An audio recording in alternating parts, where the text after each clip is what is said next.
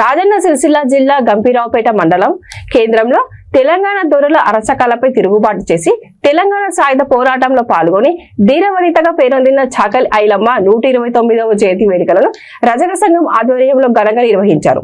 ఈ కార్యక్రమానికి ముఖ్య అతిథులుగా హాజరైన కొండూరి రవీంద్రరావు మల్లుగారి నర్సయ్య గౌడ్ మాట్లాడుతూ 1944లో నైజాం పాలకులకు వ్యతిరేకంగా పోరాడిన వీరవనిత చాకలి ఐలమ్మ అని కొనియాడారు। భూమి కోసం ముక్తి కోసం తెలంగాణ ఆయుధ పోరాటంలో పాల్గొని ఆమె చేసిన పోరాటం చిరస్మరణీయమన్నారు।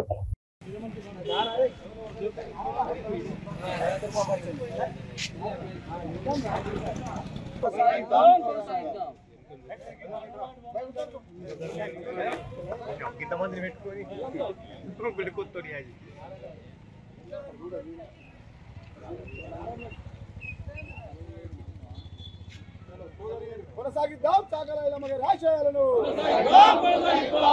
కొనసాగిద్దాం చాకలి ఐలమ్మ గారి ఆశయాలను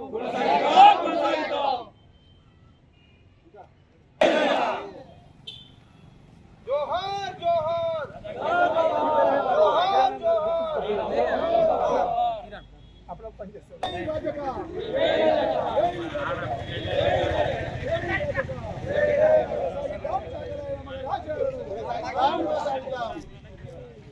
జై రాజక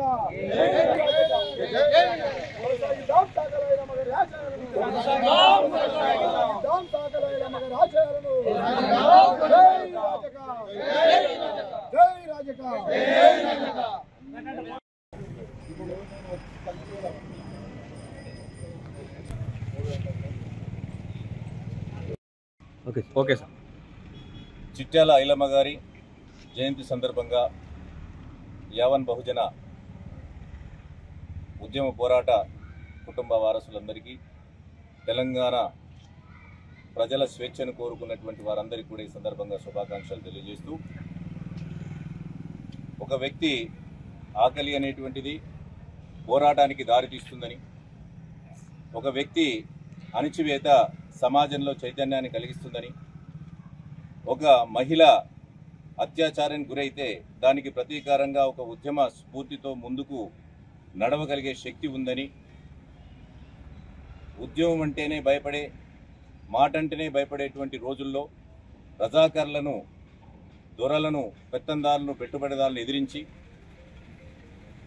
రజక కులానికి చెందినటువంటి చిట్యాల ఐలమ్మ గారు ధ్వజమెత్తి తిరుగుబాటు బాహుట ఎగిరివేస్తే అది తెలంగాణ సాయుధ పోరాటానికి ఒక మహిళ తెలంగాణ యోధులుగా పునాది వేయడం జరిగింది। భూమి కోసం, భుక్తి కోసం, వెట్టి చాకిరి విముక్తి కోసం సాగినటువంటి సాయుధ పోరాటంలో మడమ తిప్పినటువంటి వీరవనితగా చాకలి ఐలమ్మ నేటి ఆడపడుచులకు, మన సమాజానికి స్ఫూర్తి ప్రదాత।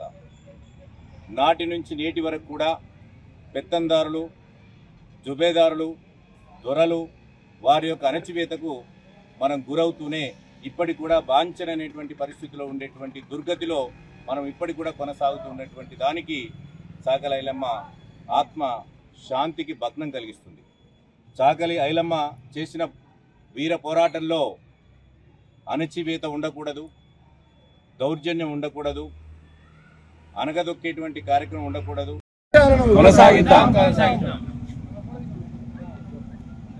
గంభీరావుపేట మండల కేంద్రంలోని ఈరోజు ఐలమ్మ గారి జయంతి సందర్భంగా, ఆమె 129వ జయంతి సందర్భంగా ఇక్కడ వారికి ఘనంగా ఈ జయంతి సందర్భాలను జరుపుకోవడం జరిగింది।